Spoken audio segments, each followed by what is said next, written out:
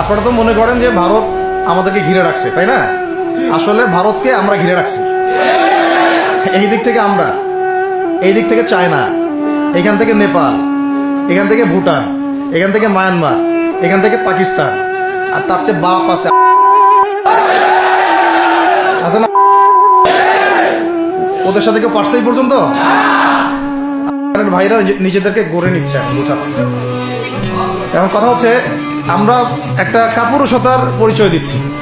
নেপাল ওকে time দেয় না, Bhutan time দেয় না, মায়ানমার টাইম দেয় না, চায়না তো দেয়ই না, আর আমরা তাকে একেবারে প্রভুর আসনে বসায় রাখছি। আমরা কি দিছি?